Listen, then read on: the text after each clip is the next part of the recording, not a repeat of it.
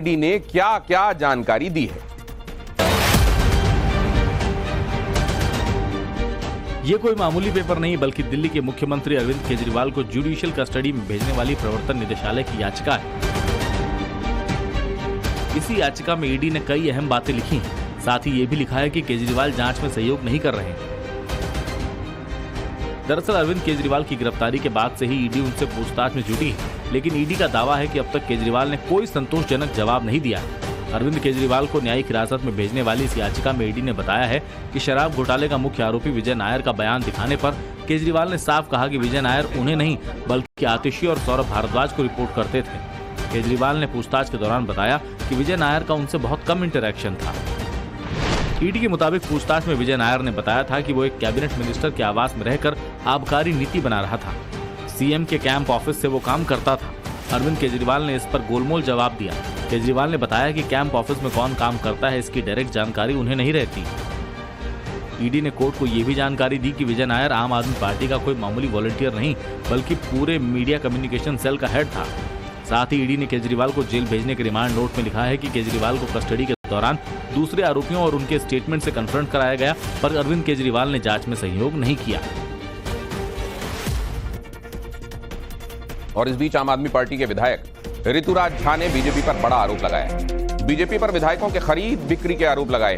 10 विधायकों को तोड़ने पर मंत्री पद का ऑफर दिया गया है। ऋतुराज ने 25 करोड़ के ऑफर की बात भी कही। 3-4 लोग मुझे एक तरफ ले गए, मुझे बैठाया और मुझसे कहा कि देखो दिल्ली के अंदर अगर आप लोग नहीं मानोगे, हम आपको बार बार फोन पे कोशिश कर रहे हैं मनाने की, बताने की, अगर आप नहीं मानोगे कुछ नहीं मिलेगा। दिल्ली के अंदर में राष्ट्रपति शासन लगाने वाले हैं, आप मान जाओ। आप अपने साथ 10 विधायकों को तोड़ करके ले आओ, सबको 25-25 करोड़ रुपया देंगे और आपको मंत्री पद देंगे जो सरकार बीजेपी बनाएगी। केजरीवाल जी भारत के पहले मुख्यमंत्री थे जिन्होंने एक नया तरीका बताया था, कोई भी तुमसे घूस मांगे तो उसका स्टिंग कर लेना। कहाँ है वो स्टिंग भाई? नहीं, इसी मतलब आपके विधायक ही नहीं बात कर रहे हैं। ये दर्शाता है हमेशा वो चेहरे से कुछ और, शक्ल से कुछ और नजर आते हैं और बाखुदा आगे आप खुद समझ पाते हैं। इसमें केवल एक फैक्चुअल पॉइंट ऐड करूंगा, फिर रविकांत जी का मौका है। इसमें केवल एक चीज कि 1-1.5 साल पहले प्रज्ञा जी, सौरभ भारद्वाज ने प्रेस कॉन्फ्रेंस करते हुए और बाकी के नेताओं ने कि 800 करोड़ रुपए भारतीय जनता पार्टी ने इकट्ठा कर रखे हैं आपकी पार्टी को तोड़ने के लिए, और उन्होंने कहा सही समय पर हम मीडिया वालों को ऑडियो टेप देंगे।